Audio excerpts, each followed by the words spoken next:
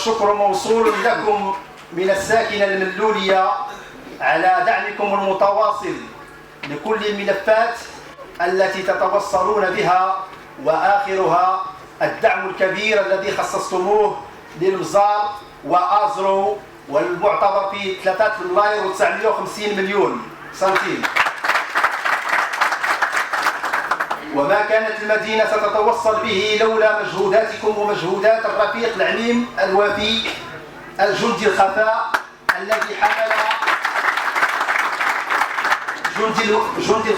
الذي حمل إلى هذه المدينة مجموعة من المشاريع بعيدا عن الأضواء.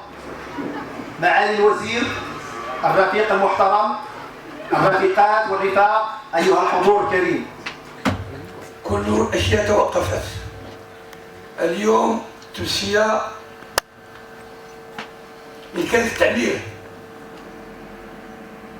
هي الأصالة، إن كان التعبير هي التي تسمح للإنسان أن يستمتع بقرب الحياة، إن كان التعبير هي أم الوزارة، لأن الإنسان إذا ما ساكن ما يقرأ، إذا ما ساكن ما يعبد الله، إذا ما ساكن ما يخدم. ونرجو أن تكون هناك سياسة لربط وثائق التعبير بوثائق الاقتصاد. إذا ما ربطناش وثائق التعبير بوثائق الاقتصاد ووثائق المالية ما عمرنا تكون وصل المالية المحلية.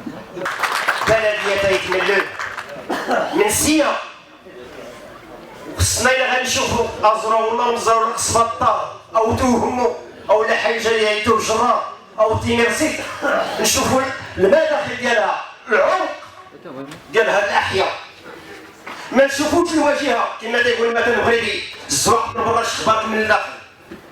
تنطلب لكم سعادة الوزير، وانت ما اختاج ما نعاود لكم راك ولد الشعب وكتعرف الطبقة الشعبية والطبقة الفقيرة لها. بغينا الرفيق نبيل بن عبد الله جعلنا المدينة على الأقل أننا نخرجوا على تعطى شي حاجة لهذه المدينة هذه. علاش؟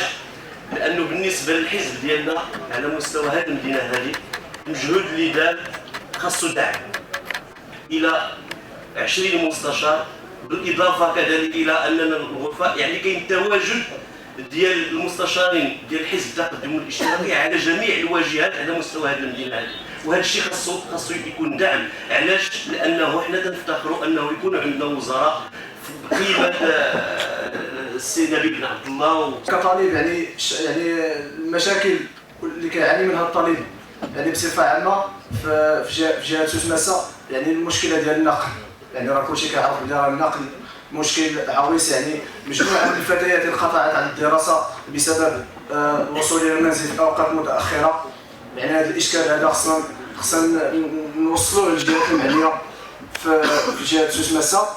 يعني والاشكال الاخر ديال السكن ديال الطلبه اللي كيجيو من مناطق بعيده، يعني فيهم الرفاق، فيهم اصدقاء، فيهم العائله، يعني راه تقريبا كاملين الخوت، والمشكل ديالنا راه واحد. وكنبغي من وزاره السلوى والتعمير يعني بالاشراف ديال الرفيق ديالنا، الرفيق الشجاع ولا الرفيق اللي عنده مواقف، يعني كيشرفنا يكون عندنا امين عام في هذا المستوى اللي كيأطر هذه اللقاءات التواصليه.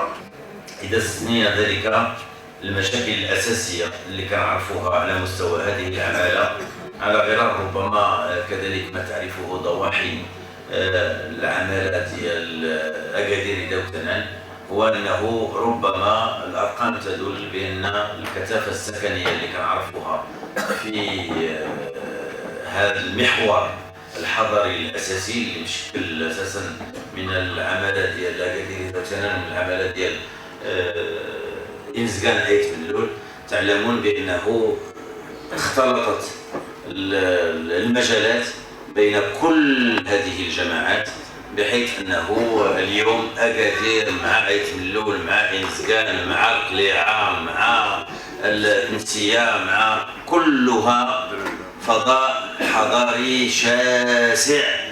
التقطيع اللي موجود فيه هو تقطيع أساسا إداري وتقطيع انتخابي، وكل ذلك ناتج على واحد تنمية حضارية مضطردة اللي عرفتها هذه المنطقة في السنوات الأخيرة كبيرة اللي مطروحة، واللي كتجعل أنه كذلك أنا غنشوف الملفات كاملة بالخصوص اللي تكلمتيو على الدور العمران فيها، شنو دارت العمران أو شنو ما دارتش وفين وصلت.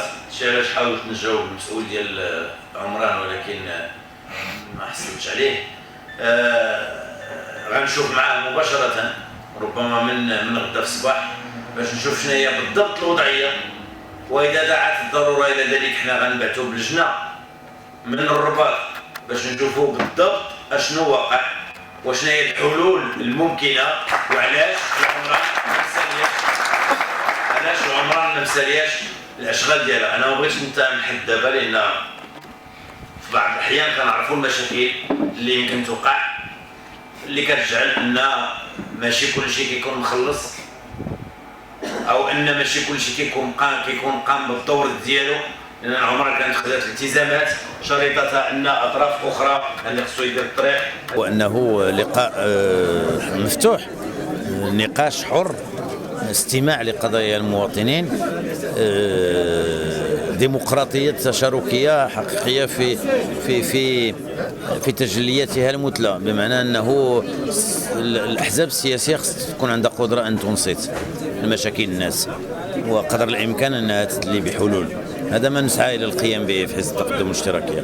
المواطنات والمواطنين والممثلين ديالهم في الإقليم في العمالة ديال إنزكان أيت ملول طرحوا معايا عدة مشاكل أساسها مرتبط بالسكن، بالتجزئات الموجودة، بالأسواق الحضرية، وفي كل ذلك حاولت أن أستمع كثيرا وأن أقدم بعض الأجوبة في انتظار أن نقدم الحلول.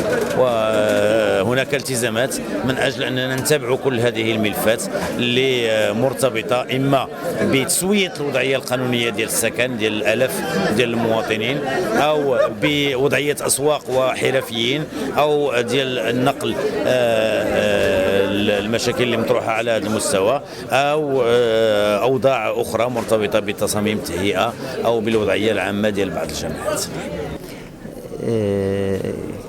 الحزب الآن داخل في واحد العملية ديال إعادة الهيكلة اللي الهدف ديالها هو تأسيس أو تجديد الهياكل ديالو، الفروع المحلية، الفروع الإقليمية، القطاعات المهنية، المنظمات الموازية. ولكن هذا العمل ديال إعادة الهيكلة عنده ارتباط متين، ماشي عمل داخلي محض، ولكن عنده ارتباط متين مع العمل والاشتغال مع المواطنين. وهذا اللقاء ديال اليوم هو لقاء لتباحث مع الساكنة ديال أيت ملول واحد العدد ديال المشاكل بحضور الأمين العام للحزب ووزير السكنة وسياسة المدينة.